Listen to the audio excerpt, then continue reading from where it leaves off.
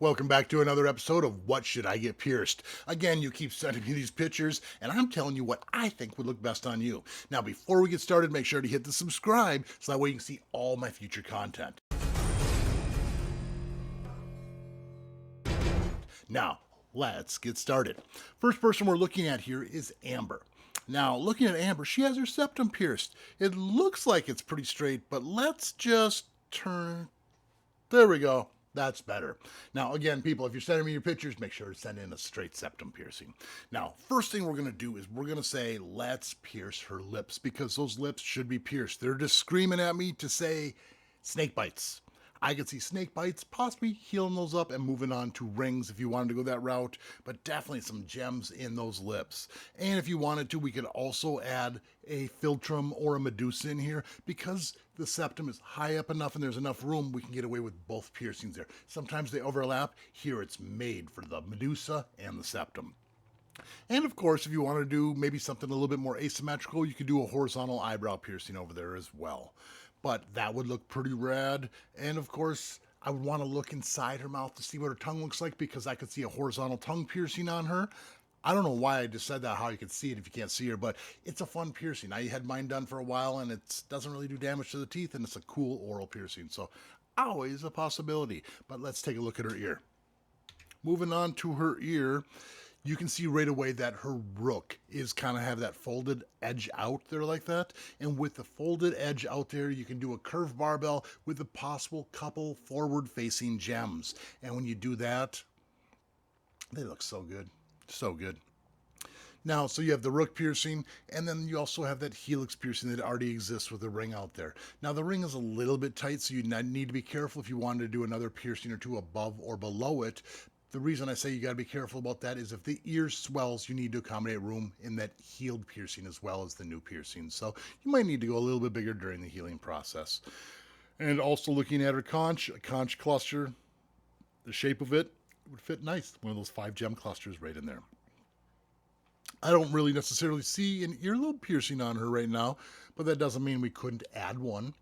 Definitely an earlobe piercing, and start stretching those ears. Moving on to the next person is Batul. Now, looking at Batul's nose, nice and straight, and I want to do a septum piercing. Of course, heal it up first with a circular barbell, because if you tuck it up in there, it heals much, much nicer, but a nice tight, snug ring would be super, super cute, as well as a vertical labret.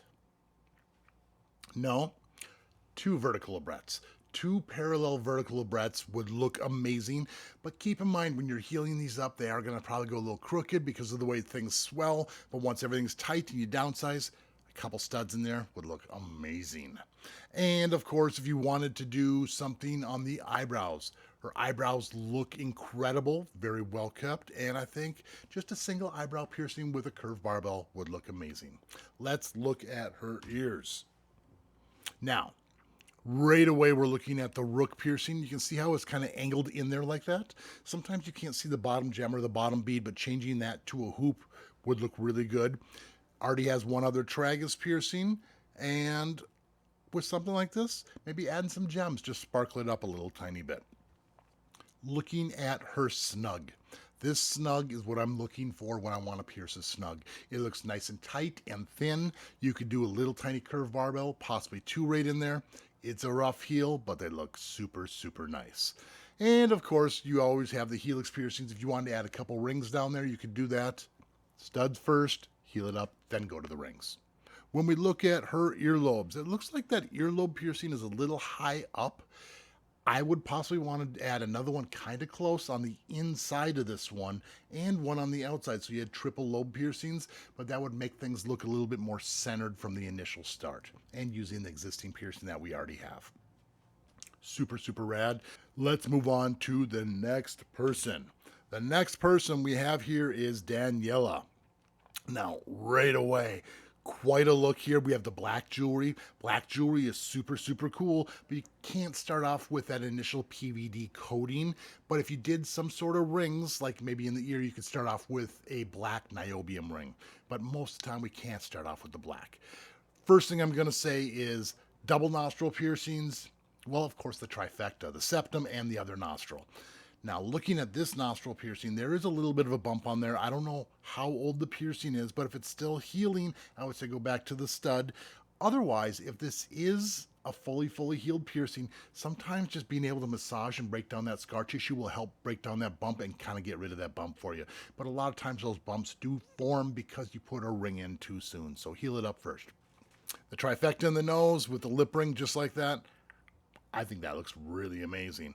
And it doesn't look like they have the proper anatomy for a bridge, but if they had the right bridge and the bone doesn't come too far up towards the top, that would also look pretty cool. Let's move on to her ear. Now, looking at her ear, there are a lot of natural curves in there, which gives us a lot of fun options. Like immediately, I'm going to want to say the tragus piercing. And you can see across from the tragus, the anti-tragus, it looks like there's enough of a lip where you might be able to pierce that as well, possibly turning this into that orbit, which will be the tragus to anti-tragus orbital. And a doth piercing would look really nice, as well as a flat piercing.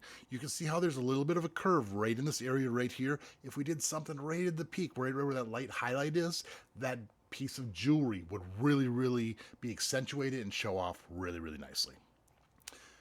And the last thing I want to point out is it looks like a forward helix would be really nice in here. You can't go too high up on there because you would see the backing, so maybe a double forward helix. And that ties up this ear very nicely.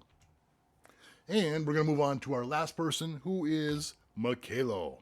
Now, looking at Mikhailo, I don't see any piercings. Let's fix that. First thing I want to say is a bridge piercing. That nose is nice and straight, and if the anatomy is appropriate, I want to do a bridge on Mikhailo. And of course, if we did a bridge, 2 eyebrow piercings.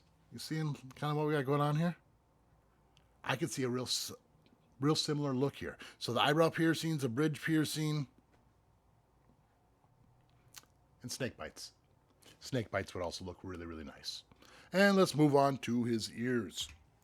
First ear we're looking at here is going to be pierced on the bottom and mostly open up top. Now, forward helixes, looks like we'd be able to fit 3 forward helixes in here without too much of an issue. I would also like to do a couple flat piercings, possibly 2 kind of going up in this area. Depends on how the fold of the ear is on the back of his ear, but a couple studs kind of going straight up would look super cool. And of course, let's do a conch piercing, heal it up with a stud first, and then move on to the ring. And of course, stretch those earlobes. It looks like he's already on his way. That looks like it might be a 14, maybe even a 12 at this point, but stretch nice and slow, and let's see how big we can get those ears. And let's look at his last ear. He doesn't have this one pierced. That's okay if you don't want to be completely balanced and symmetrical, but I could totally see piercing this other ear here, as well as a doth piercing. Nope, let's take that doth piercing out of there, and let's do 2 rook piercings. That rook is a nice long ridge, and we can get away with 2, so let's do it when we can like this. So yeah, that would tie things up really well. The globe piercings, the rook piercings, lots of fun options. Well, that wraps up another episode of What Should I Get Pierced? Again, I love decorating you people, so keep on sending those pictures in. And of course, if you don't know how to do it, make sure you send me 2 pictures, kind of like the ones you've been seeing. If you have piercings, make sure your jewelry looks straight, you're well lit, and a higher quality picture does make this a lot easier. As always, send in that picture to PiercingWithScott@gmail.com. And if you like my video, make sure to share it with a friend, make sure to give me the thumbs up, and of course, keep putting holes in your body. We'll see you all in the next video.